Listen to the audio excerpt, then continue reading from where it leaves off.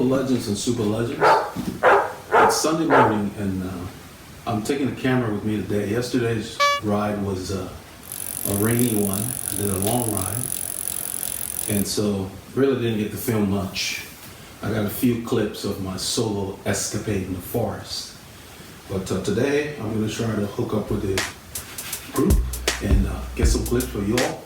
Hope you all got a chance to get some K's in, and hopefully you'll enjoy the clips today.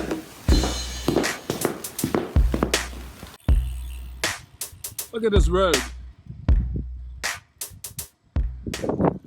I hope this thing comes through. This is a beautiful Saturday morning. It's raining. I'm using my iPhone to just kind of let you guys know it's the best time to ride. There are absolutely no cars out here. It just started raining a little while ago, and it's such a lovely feeling. It's like light rain. Just feels great. It's cooled me off a little bit, because even though we're in the upper 60s, it's a warm upper 60s, and I'm doing my own thing. Got my mud guards on. I'm nice and dry. Didn't bring my rain jacket or anything, don't need it, because this stuff wicks the moisture to the point where you're drying as you ride. Look at this road. Just beautiful. Look at how wide this shoulder is. I'm in North Montgomery County, Highway 1097, and it's just lovely out here. The vegetation appears to have come alive with all this rain. And I tell you, I hope you're out there. It is Saturday after all. Wanted to get some shots of the forest for you all. I feel so fortunate to live in this area. Look how beautiful this is. I've been on this road for about 10 minutes. Have not been passed by one car. This is why we come on the north side. The rain has subsided a little bit. It's still overcast, but I'm heading towards Richards, Texas. Tomorrow's supposed to be sunny, so I will probably be able to get some clips of a group. So I plan on doing it about 5 or 6 hours today, minimum. That's my goal. On this ride, it was Mother's Day Sunday. I rode into the woodlands at about 6:30. Picked up Mo's group. Mo was not present. It turned out Mo was in Dallas this weekend. Picked up the guys on Old Egypt Lane. We took Honia Egypt Road. There was no water over the road, so it was nice. We rode into the Keenan area. We went through 2854 after the mill route into Montgomery on 149, took Bailey Grove, did the loop. It's about a 10-mile loop there in 1097, back to 149. Went to Taco Corner, refilled our bottles and headed out to Keenan, and took Grand Lake Estates after using Adui Road. And then on Honia Egypt, the pace was very fast. So when we got to Honia Egypt, I let them go and I spun in, and then picked up Jesus, and then later Jerry when I got back into the woodlands. So Jerry and I rode all the way to Northampton together because he needed more kilometers. I think you'll find the clips very interesting. It was a fast-paced ride. We're on Egypt Lane here. Alistair and I rode in together.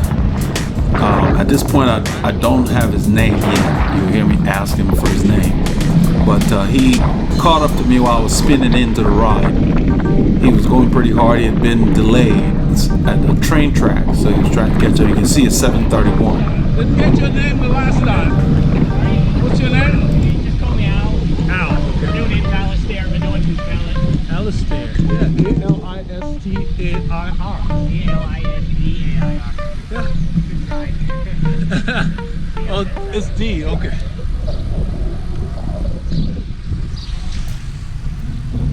Yeah, he asked people to call him Al because he said nobody can spell his name, and I made an attempt. He spells his Alistair with a D instead of a T at the end. The boys are already here. It's a smaller group than normal for this Sunday ride. Morning.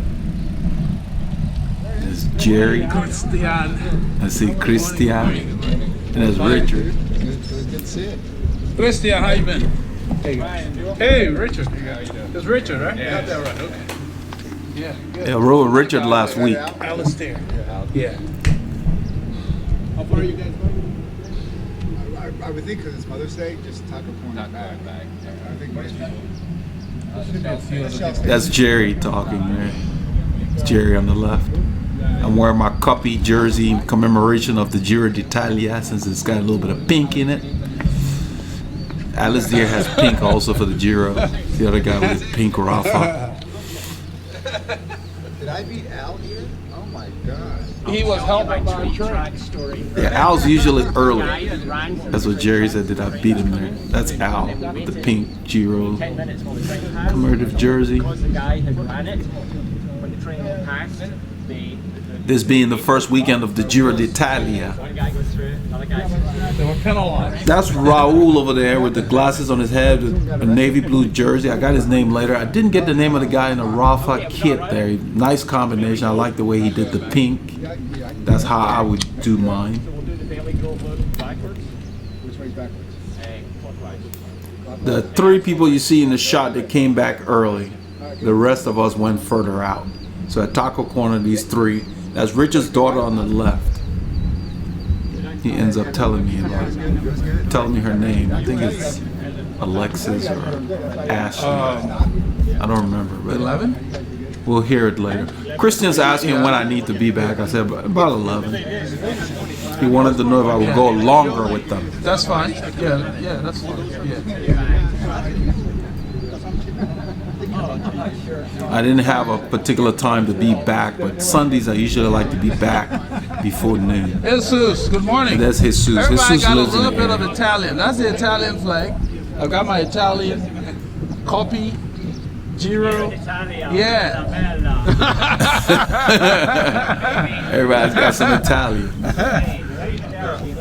Okay. Jesus showed up with a cap with the Italian flags, the stripe on the brim of the cap. It's the Giro, the weekend of the Giro. So there's Alistair with his pink. So this is the Genuine Wine Tasting parking lot. That's where they meet on Sundays. All right.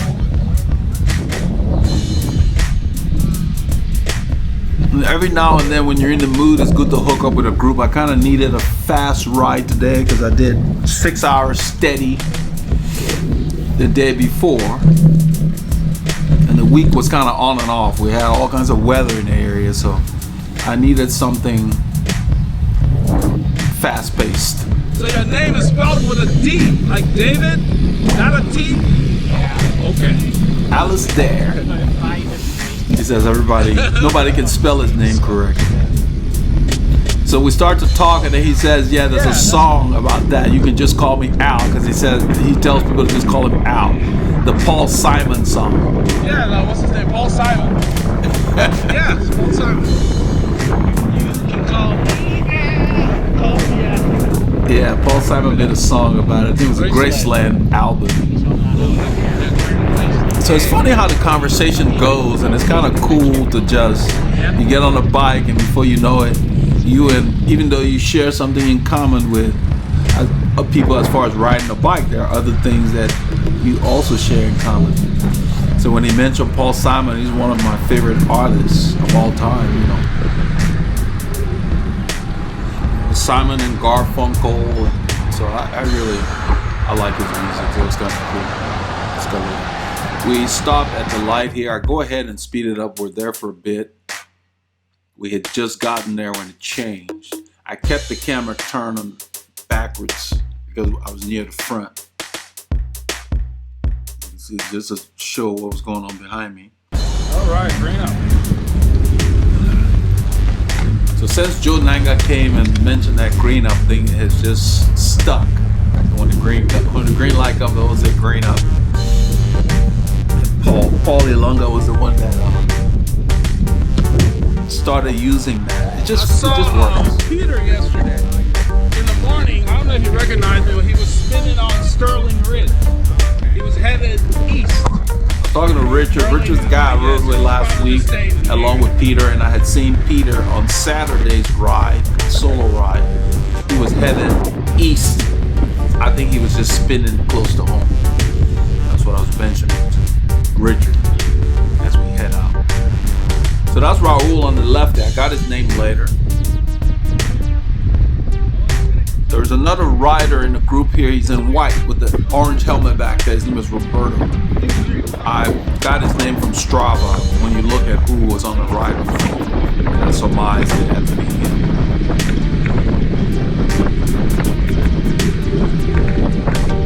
I've got to get the name of the other guy that was in the Rafa kit. He put it together very nicely. Get a chance to get his name.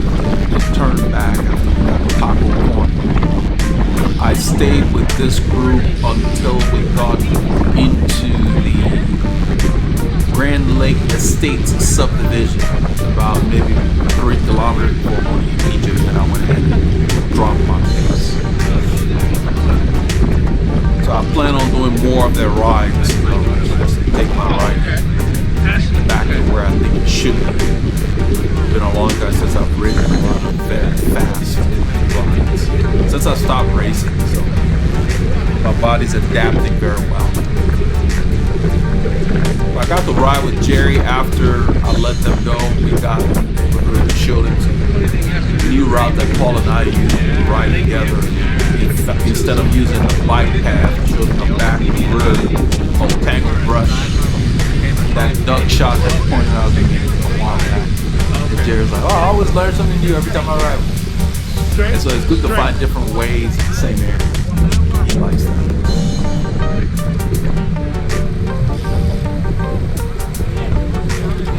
This is the Conroe Huffsmith Road, Egypt Lane. The name changes here. It's Richard's there. And when you come down here, we take this as it's quieter. I've been using this quite a bit, even when I do my solo rides. It's quieter. You don't have to deal with a lot of cars. There's not a whole lot of intersections to get you out of town. It's the quickest way out of town. And that's a good thing about joining the groups in your area, because it will show you roads that you may not be aware of, and then you can use that when you train solo. So since we started riding with different groups on the north side, I've learned a lot of little paths that they take and incorporated them into my solo ride circuit. I managed to get in a century yesterday. It takes me an hour to get out here where we are now from my home. So during the week, if I have a 2-hour window, I'll come out here. Yeah. On the way back, the sun came out. You were Talking about the ride that I did yesterday. Talking to this gentleman on the right. Okay. He lives near the lake, and he rides from the lake to join us and then ride back with us. Like the day the Earth was extinct.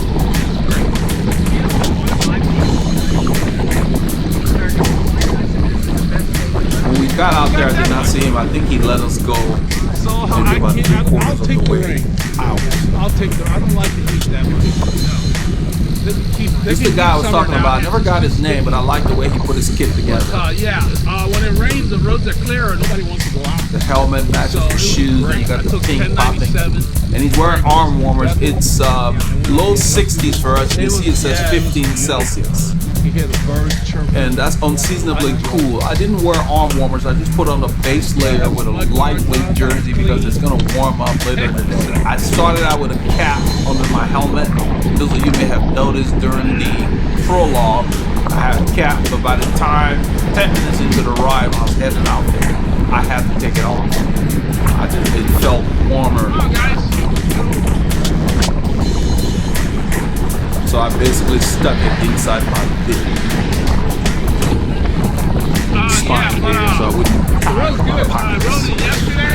The water's not supposed to be over. We're talking about the water, you know, because we've had a lot of rain. I The know water what you is not over this road. Normally it gets covered.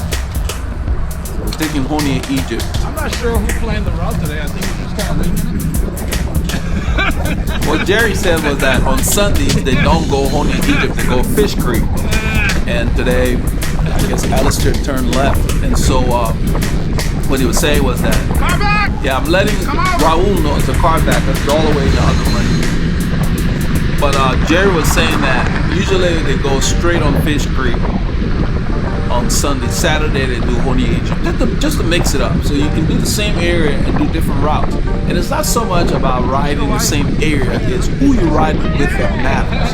It's the company that matters. So you don't have to do drastically different routes. You just have to do either with different people or different intensities. That's what changes it. You need a route where you're familiar with, so that when you go out, you know, okay, this road's quiet. I'm gonna do my tempo workout here, or threshold workout. That's what familiarity brings, especially if you say, okay, I want to go do hills today. You head out to the hills. That's the way you do it. So you break it up.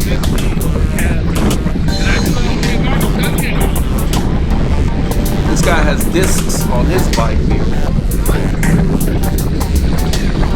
Yeah, it rained in 1097.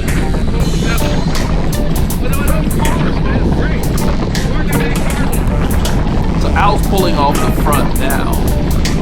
That looks like a burger. We haven't really picked up the pace and turns yet. I'm still sitting too abreast of Jerry at the back. We're talking. I stayed at the back right here just to get everybody in the shot. Al's messing around here. That was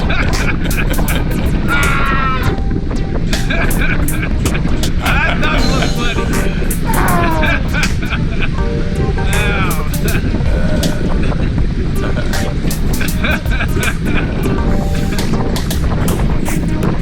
That's Chris Froome was pedaling one time down there. Somebody had to ride it through that. It just looks a little odd. So when we go by Al, he says, my new fit, my new bike fit. He does other stuff like he'll be in the peloton, but he was relatively close to the back. But he will stretch his leg by putting his foot on the saddle, and he stretches his hamstring down while he's riding. I mean, I'm sure he's practiced it over the years. It looks a little tricky. I wouldn't attempt it without practicing it. I definitely wouldn't be doing it around too many people. But I think he's used to doing it. You'll see it. He does it on film, and we're at the back. And a guy ends up riding up to our group here, and he asked if he could join us. I thought that was pretty cool. I thought, yeah. In fact, I told him, come in front of me because the big guy. I said, come in front of me because you're going to give me a better draft than I'm getting from Al. We're all hanging at the back. So you'll see that in a little while. I think shortly a police officer passes us. He goes down the hill. He's going to check on the water level. Not sure when it happened. I remember we had to back off the power on the downhill because he had stopped over the bridge. Now, there are two areas where the water comes over the road. He's checking the level. There he is. So he's going down the hill. He's going to stop, kind of slow down, and look at the water level. There are two spots where it covers this bridge. The water's moving quite a bit, but it's not anywhere at risk of breaching over the road. But he's just making sure so that they can put those gates down. They have these arms that's on the side of the road permanently fixed.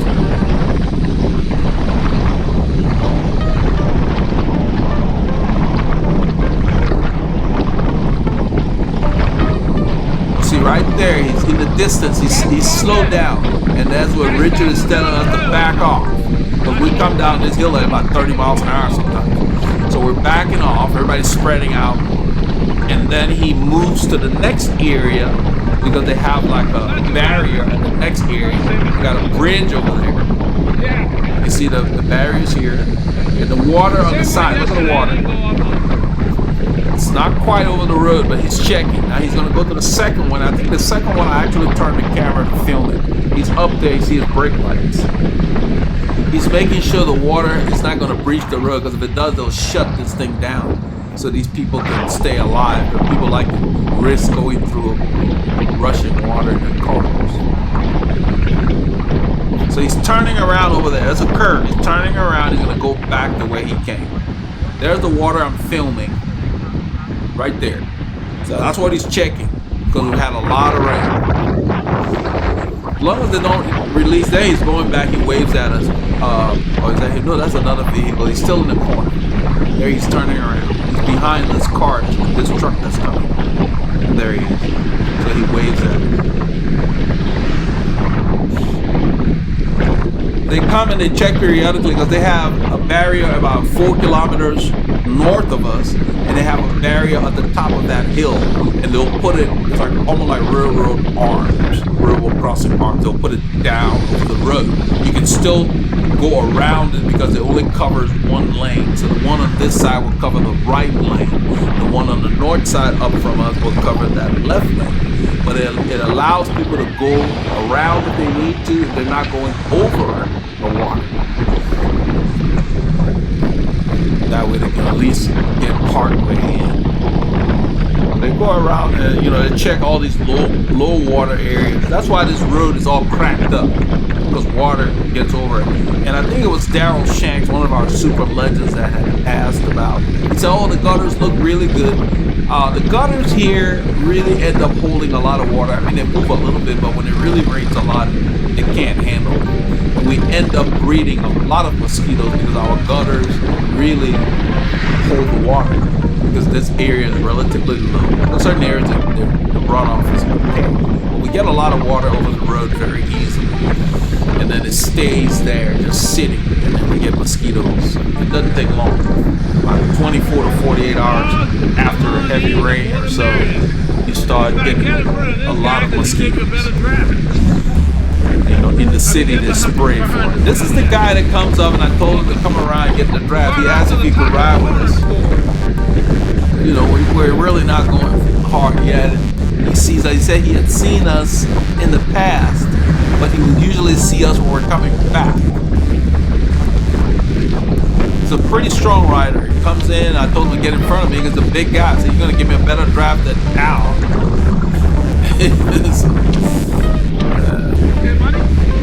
And so what he did is what we talk about is classic.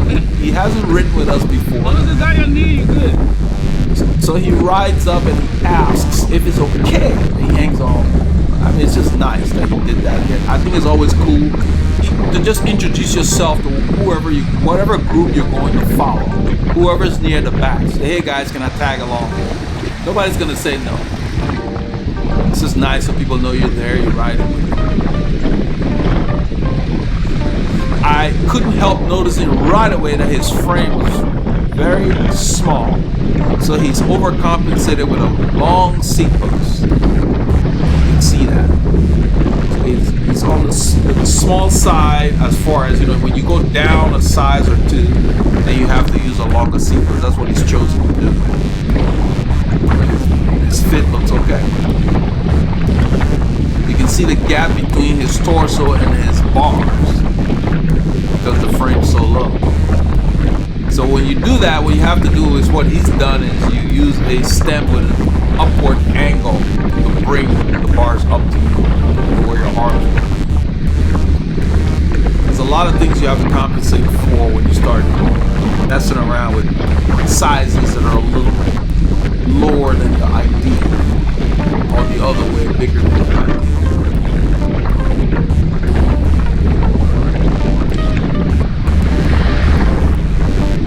I did my best to try to stay left as much as possible, to just try to get in the front. I didn't want to stay behind people too much. That's what you're seeing.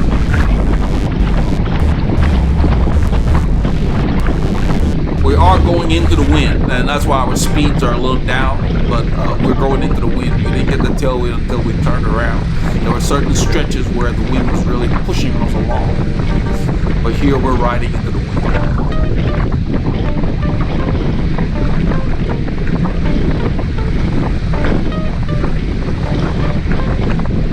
And so basically today I came to get a workout, so I was ready for anything.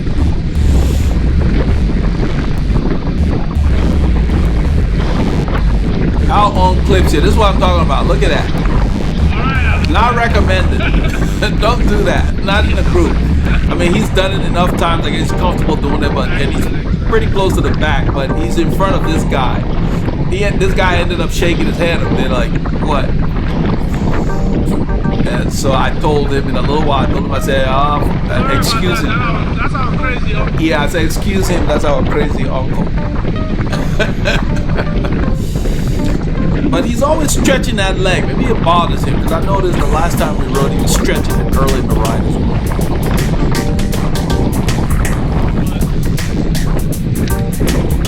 I'm not that comfortable doing that on the bike. What I do is I shake my legs. And then I've actually done it to where I don't put my foot on the saddle, but I unclip and then just put my hand on my leg. But I don't do it in front of people at the back. So sometimes if you tighten it up, it can help.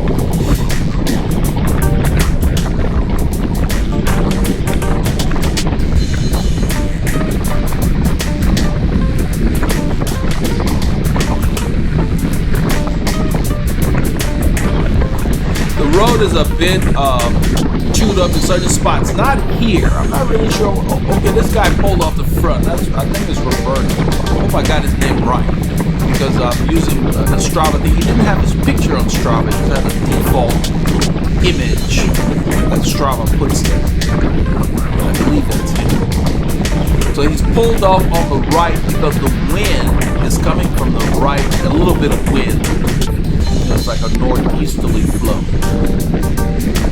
So you always pull off into the wind. So that's why Al is moved over to the left. Jerry never drafts very closely, but he's there, you know, moving out. He and Al are talking.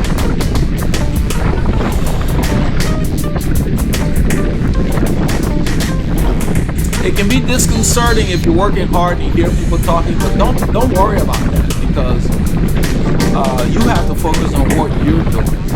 I'm not sure what they were talking about here. They were just kind of talking from time to time.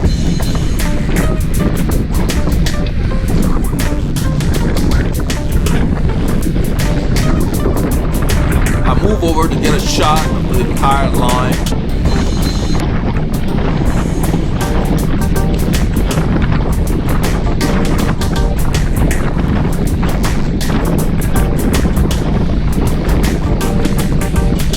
Jerry and Al and this guy in the red and yellow, one of the stronger riders in the group.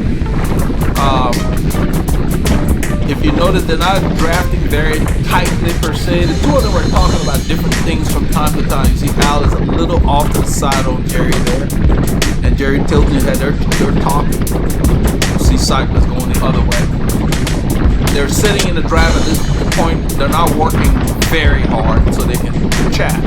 So all you have to focus on is, even if somebody's talking, you need to make sure you're conserving your energy. That's the reason I wanted this gentleman in front of me. The big guy, I stayed on his left a little bit, and so I got a good draft. And I can get some good shots as well. The camera is in my left hand.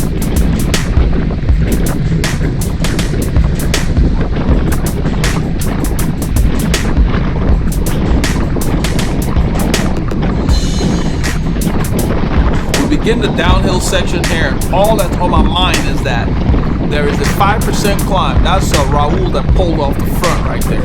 As we turn left, it kicks up maybe about 50 yards. It goes up to like 5%. It doesn't look it, but it is. You feel it.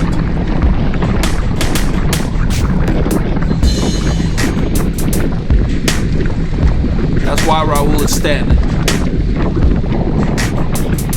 Al gets up also. I didn't stand, I just downshifted. Kept my cadence respectful. We're still climbing it. See, it says 3. It gets up to 5 point something on my head. It's the same hill that Will a few weeks ago stood up on the whole time. So you climb that, and it's like a precursor. You go a little bit of a downhill here. We're gonna go around the curve, a downhill, and then it begins a long drag. About maybe 4 kilometers, the road just gradually starts to go up, continues to go up till we get into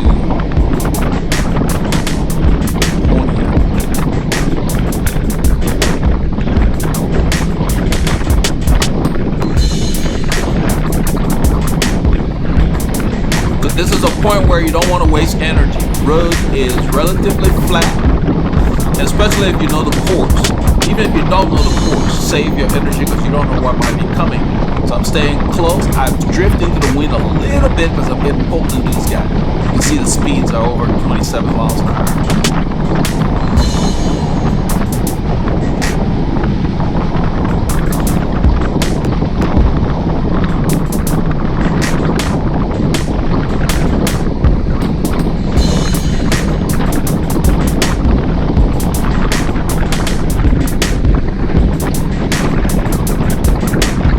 Right side of the road is a bit chewed up, especially when you get down in there. So I'm staying a little to the left to track my line and make sure I don't hit any obstacles.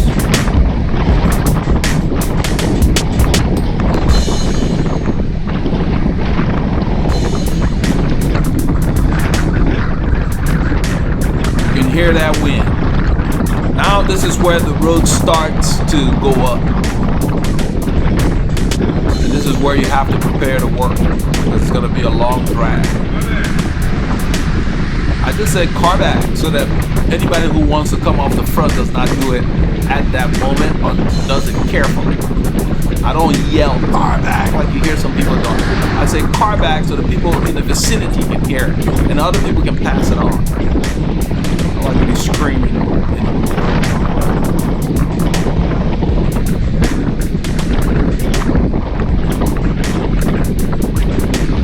So this is the long drag up to Leah Drive where it kicks up even more. Christian pulled off the front there. Christian always pulls hard when he's at the front. So right here we're working hard.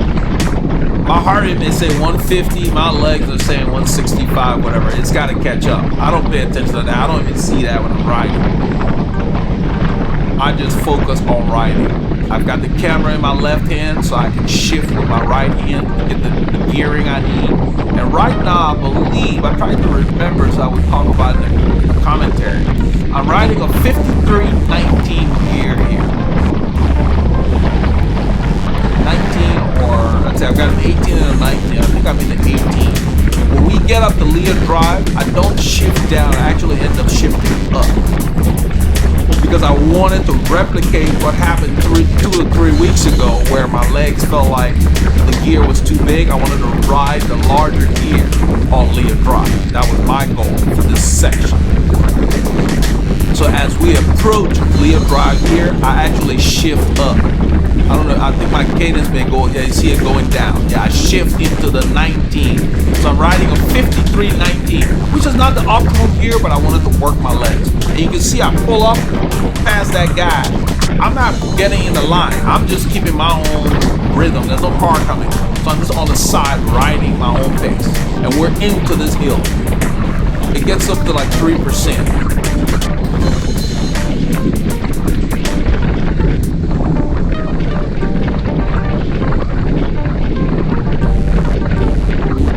That's Jesus at the front.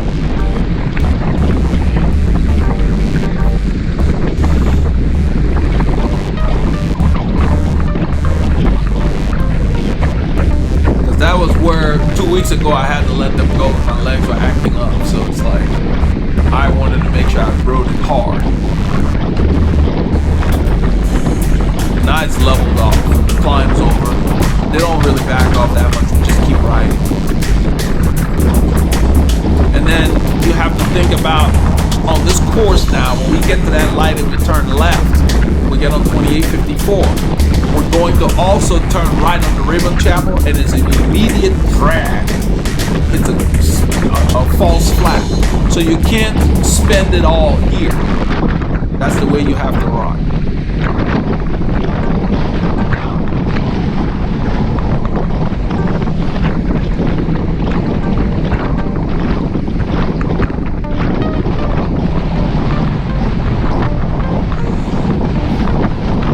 Al reached for a drink, put his bottle up. I drink before I leave home, and on a cool morning, it will be well into the second hour before I need to drink, because I drink as I head out the door. So I only brought one bottle on this ride.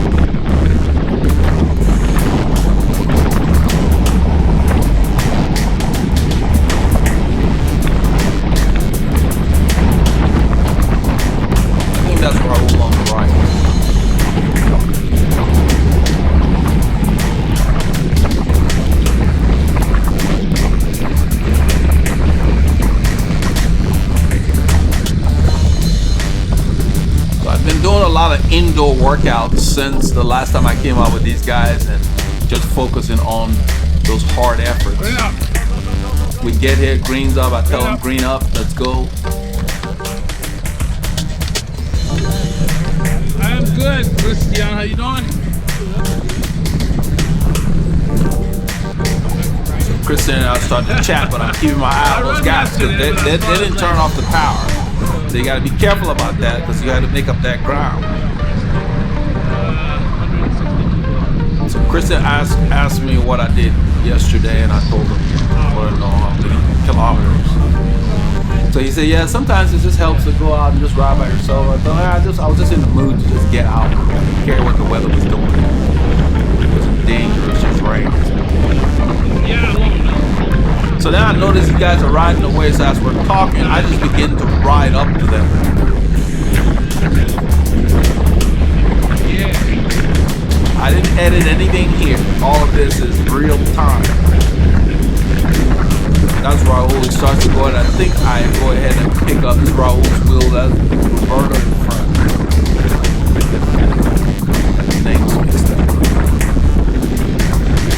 So Roberto starts to go up to those guys, and then Raul, I think he moves up, and then I get on his wheel so we can ride back up, because this whole stretch is going up. You can look at the road.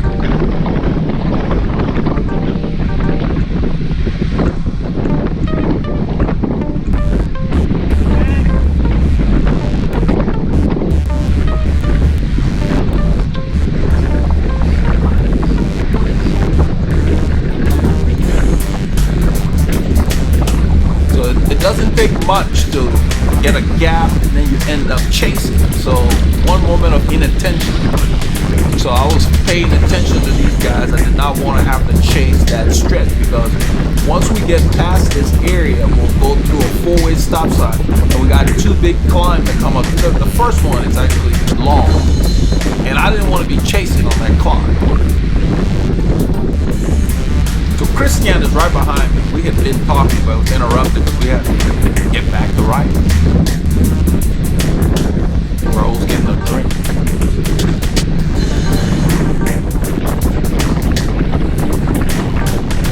You can see these guys don't forget to drink. Do not forget to drink. When you're riding hard, you need to make sure you have liquids in there. Whatever's in your body, get it in your body. That's the whole point of bringing it out.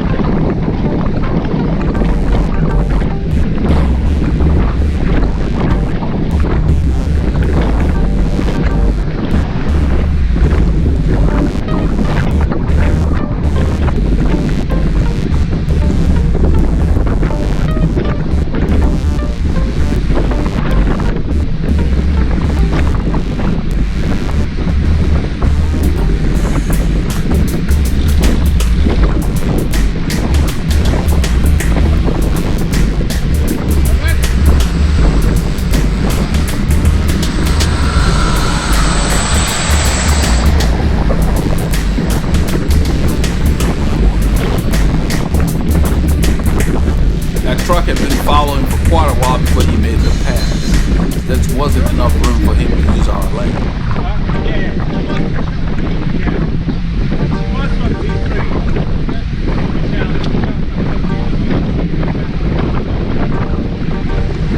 That's Richard.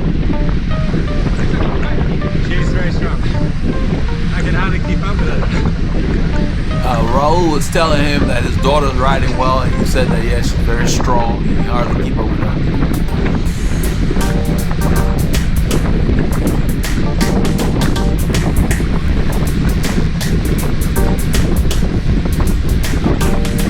You guys will see her when we get into Bill Route. I guess she thinks it was going to be a sprint, so she kind of moves up on my right. She's on the left. She's been pulling. There she is. Her name is Ashley.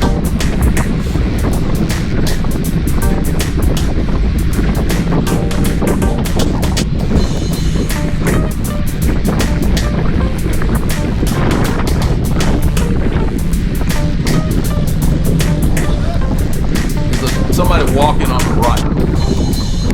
You always always want to point that out because it's easy for somebody to not be aware, you know, and hit a pedestrian or something. Because when people are riding hard in a group, everybody's at different levels, everybody's working at a different effort level, and somebody puts their head down and they're not looking. It doesn't take much. So we always point out runners or walkers, whatever, on the side of the road.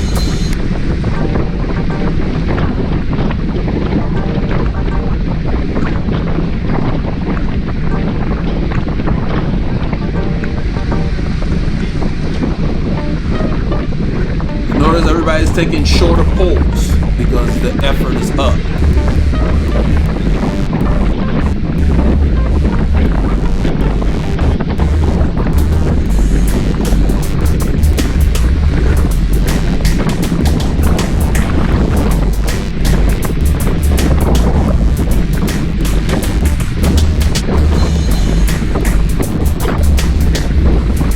We're coming up to the four-way stop sign here. First person will check the road on the left dead end. Usually there's nothing there. We just check this one on the right. That goes to the highway back there, 2854. We go through the sign. You gotta be attentive because this road here is a drag right there. You've gotta be in the right gear and accelerate. When you look at my cadence, triple digits.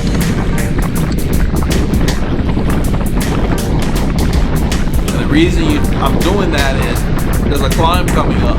I don't want to tighten up my legs here. So it keeps your legs fresh so you can put down the power leg. That's why I had to accelerate like I did because Al was at the front and he twisted the screw to that stop sign.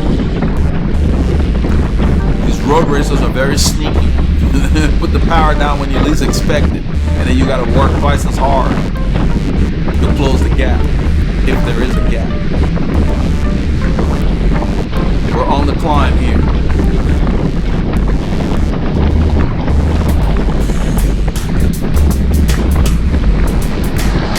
So the guy who latched onto the back of the group, he's pulling. Jesus is on his wheel. That's Roberto there, and then Raul in front of me. And I'm sitting on Raul's wheel. I keep my cadence up, and I'm probably riding 53, 23, 21 or 19, one of those gears. Everybody does different things. I'm keeping my cadence up because we got more coming.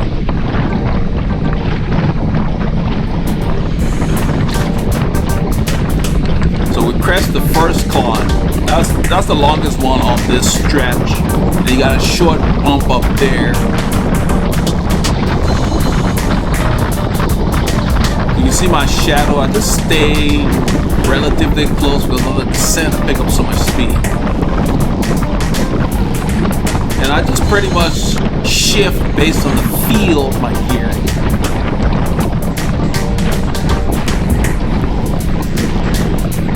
I only look at my gearing from time to for reference. Like, okay, I'm climbing this climb, doing really well. What gear am I in today? Or I'm struggling in what gear is tightening my legs up?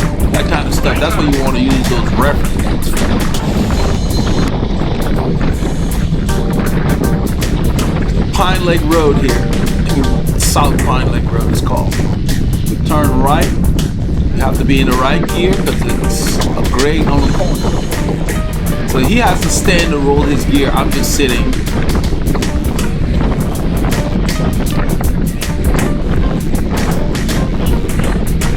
Roberto and Raul are talking. I'm not sure what they're talking about. They're talking in Spanish.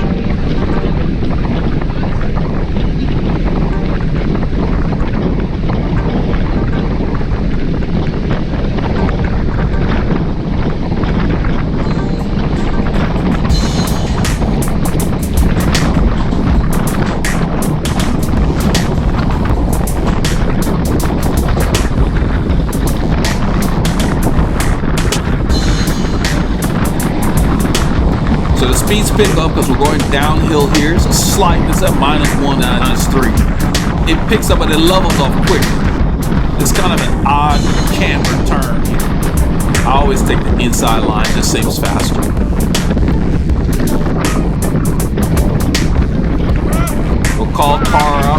just to keep everybody alert.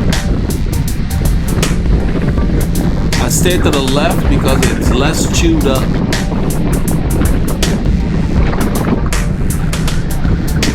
So it gives me a good shot. It's less chewed up. A little bit of wind coming from the right. Most of the wind from the front. So I just stay on the left side of Raul.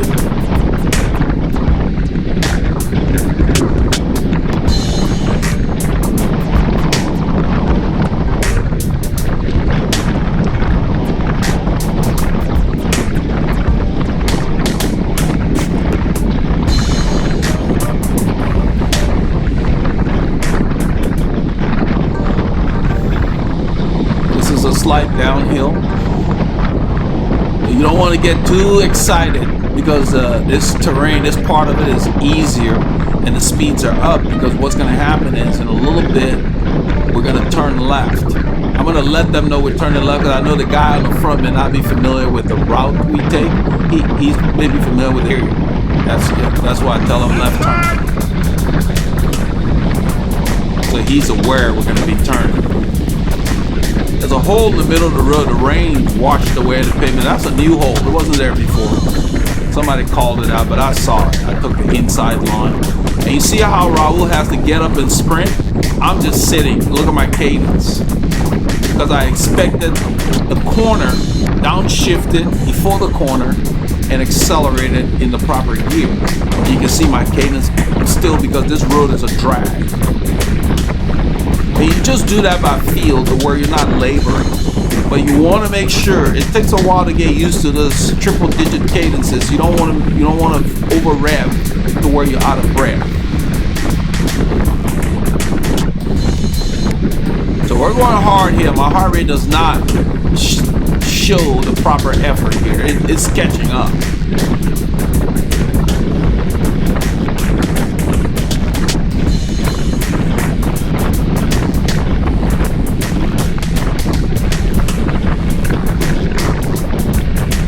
Calling car up, I move over to the right, and so did Raul,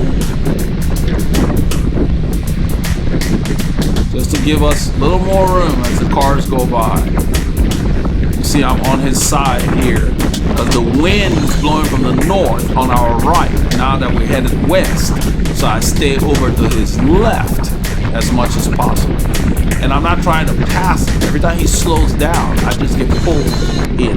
So I move right here. There's a lot of water. Point out to people to let them know. I try to stay left so it wouldn't get on the lens, and it looked like it worked fine.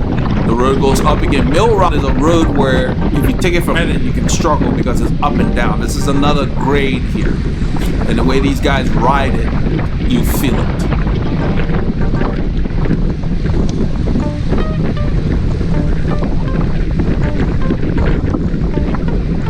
You can tell it's hard. If you watch the guy in the white, Roberto, his upper body, he's putting everything into those strokes. So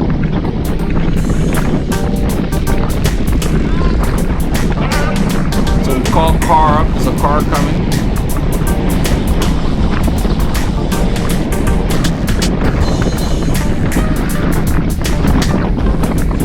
And in this section here, app climb, another one that comes, and people usually sprint there.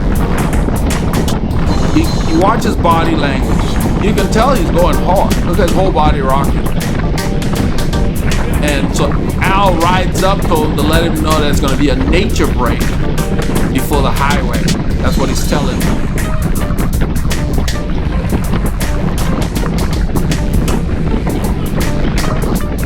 That's how you can tell some of the stronger riders. I mean, we're moving and then moves up. So this is where I think her name is Ashley. This is Richard's daughter. She moves up as if to say there's a sprint coming. I don't mind. I need more people in the frames anyway. So I stay to her left a little bit. I'm not really pedaling here. We're going downhill. There is another climb, and on that climb, usually people like to sprint it. And I think Roberto just rides it very hard. So we just end up riding it really fast. There it is. And after that climb, the highway.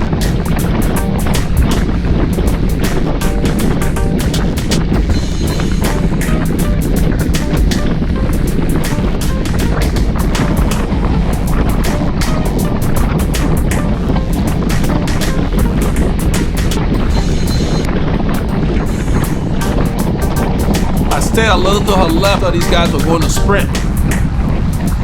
At this point, my legs were feeling good. And you can see Roberta putting everything into it.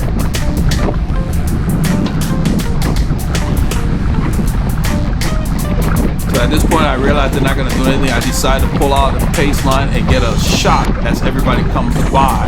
And you always see Christian greeting the camera. So that's the highway up there. It's pretty downhill at this point. So I pull off, turn the camera. Christian. I got to get that guy's name, both and this gentleman too. So that's it. That's what we on Sunday. That's Jerry that we're rolling through. So since I know we're stopping for a nature break, you kind of space out the group so everybody can have their privacy. So hope you all got a chance to get some K's in. Make sure, keep those doctors fired.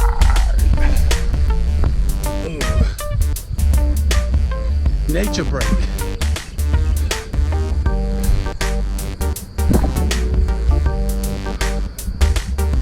Hammerfest is on.